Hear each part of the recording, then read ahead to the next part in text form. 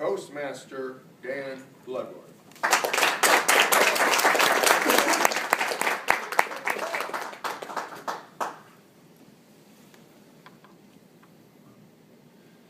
The day was Friday, May 26, 1961. It was the last day of school for Bell Point Elementary in Dallas, Texas. The first graders had just returned from lunch and were settling in at their desks thinking about what was going to happen at the end of the day. Summer vacation.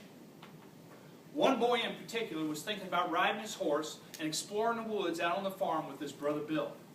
But more importantly, he was thinking about the fact that he had read the most books in the first grade and was going to receive an award for it. Somebody comes to the door and hands the teacher a note. She reads it, addresses the boy and tells him get his stuff and go to the principal's office. When he arrives there, the principal introduces him to a young couple in their mid-20s and tells him, "These are your new mom and dad. You need to go with them now." Mr. Contest Master, fellow Toastmasters, guests, that was the day I met my new parents. As I climbed into the back seat of the car, I looked out the rear window and I watched while everything I knew and everything I loved disappeared from view. When I turned back around and I looked forward, things started running through my mind. Who are these people? Where am I going? Am I ever going to ride my horse again? Hey, what about my award? But my mind was stuck back here in the principal's office, and I was missing this moment I was living in. I might have understood more had I been here because they were trying to explain to me what was going on and why it happened. But I couldn't leave the principal's office in my mind. Have you ever had a dream and you woke up from it and you thought, whoa, that felt real? That's what happens in our mind when we relive a situation in the past that was traumatic for us. It might be mentally, might be physically, but it draws us back to that point and takes us away from our current moment. And it's a current moment that we can't afford to miss. That summer, I was playing baseball. They signed me up for it, said, it'll be good for you. Baseball? I hated baseball. I didn't know anything about it. Why on earth would they make me play baseball? I was no good. Well, they put me out in right field. That's what they do with little kids who are no good. They put them out in right field because the ball hardly ever goes out there. I learned real quick that when the other team made 3 outs, I got to go sit in the dugout, in the shade, and drink Kool-Aid. Unless I had to bat, or we made 3 outs and we had to come back out. So I focused on the referee, the umpire, what he was saying, ball or strike. But I couldn't understand him. I couldn't understand him when I was standing in the batter's box, much less out in right field. To my luck, the scoreboard was right behind me, and it had lights on it. After every pitch, I would turn and look at the scoreboard. Ball or strike, ball or strike. Okay, here we go. We're getting closer. One particular pitch came.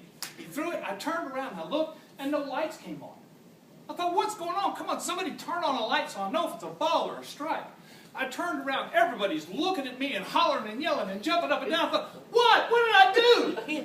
About that time, the ball falls down, hits the ground, and goes past me. Well, I knew then what I had done. I got the ball, threw it back in. I was so embarrassed.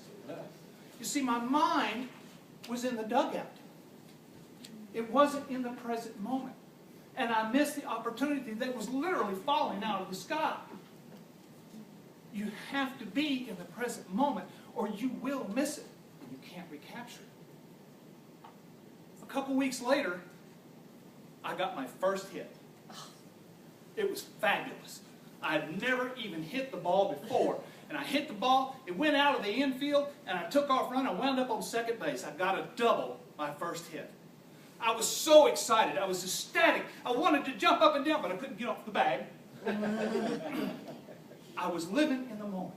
And I was enjoying it. It felt so good. If my mind would have been back here in the principal's office, I never would have hit the ball. If it had been over there in the dugout drinking Kool-Aid, it would have never happened. But I was in the moment. I was feeling it, and it felt so good. And that's what we have to do every day, is learn to live in the moment. Should we forget the past? Absolutely not. Because those events in the past, good or bad, we can learn from. We can learn the lesson there and apply it to our lives and make us a better person. What about the future? Should we just forget it? Let it happen? No. You could probably find 100 speakers out there who could tell you how to plan your future and how to be successful, to set your goals. Well, do it. Pick one. Do it. Put it on paper. Put it on a calendar. Make it happen. But put a timeline on it. And then come back to the moment and start working towards it. Don't live there. Live here. You may say, well, that's just who I am. Well, I disagree. You're not who you are. You see, life is an endless string of moments put together. The decisions and actions you made in the past is going to decide who you're going to be today, while the decisions and actions you make today will determine who you're going to be in the future. Do you want to be the little boy stuck in the principal's office, reliving a bad dream? Do you want to be the kid drinking Kool-Aid and missing his present moment? Or do you want to be here and living life as it is? Smelling the fresh cut grass, feeling the warm sunshine on your skin, looking into the eyes of someone when they tell you they love you. My friends, I ask you, I beg you, I plead with you, live, but live